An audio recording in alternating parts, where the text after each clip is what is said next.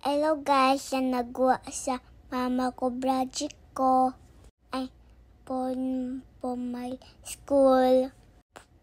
Cover my notes. Kasi napunta na ako sa school ko. Kasi na-bigger na ako school ako.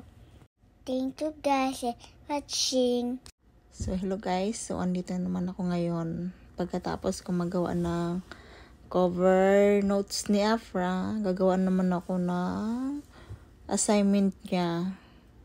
So ang ginagawa ko dyan guys ay nagugupit ako ng parts of the body na assignment ni Afra. So dapat si Afra ang gagawa niyan, siya magdidikit. Kaya nga lang tinulugan niya na ako kasi nga pagod yata, 8 pa lang ng gabi ay tulog na siya. So ginagawa ko to ay 10 o'clock ng gabi na. Naalala ko pala yung yung kanyang assignment. So ayan yun, ginupit ko na siya, parts of the body. So ginupit ko na yan siya guys. Ayan na yung head. So didikit ko yan siya dun sa assignment notebook niya kasi ito yung nakasulat, gupit daw ng parts of the body, tapos idikit doon sa assignment notebook niya. So ayan na nga guys, umpisa na ako maggupit-gupit dahil tinulugan ako ng may assignment. So ako na lang talaga ang gagawa. So samahan niyo ako maggupit-gupit at magdikit-dikit. Char.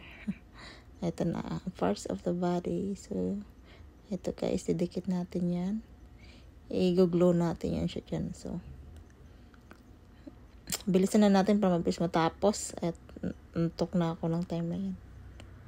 Ayan guys. Parang ako lang yung nag-aaral. Pag may ka na maliit. Tapos, lahat ng gagawin sa school, ikaw rin gagawa na nanay.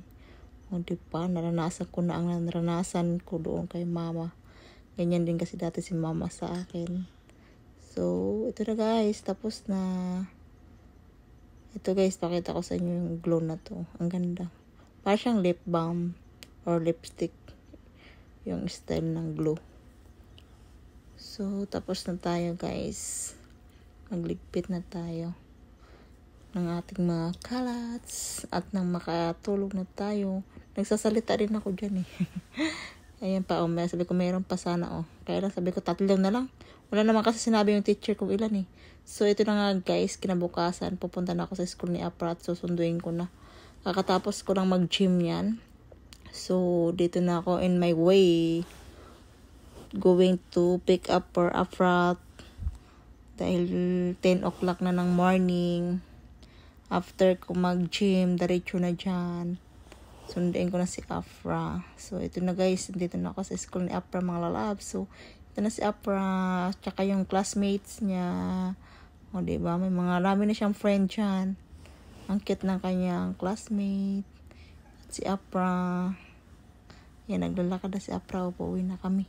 Buti na lang yung time na yan ay makulimlim.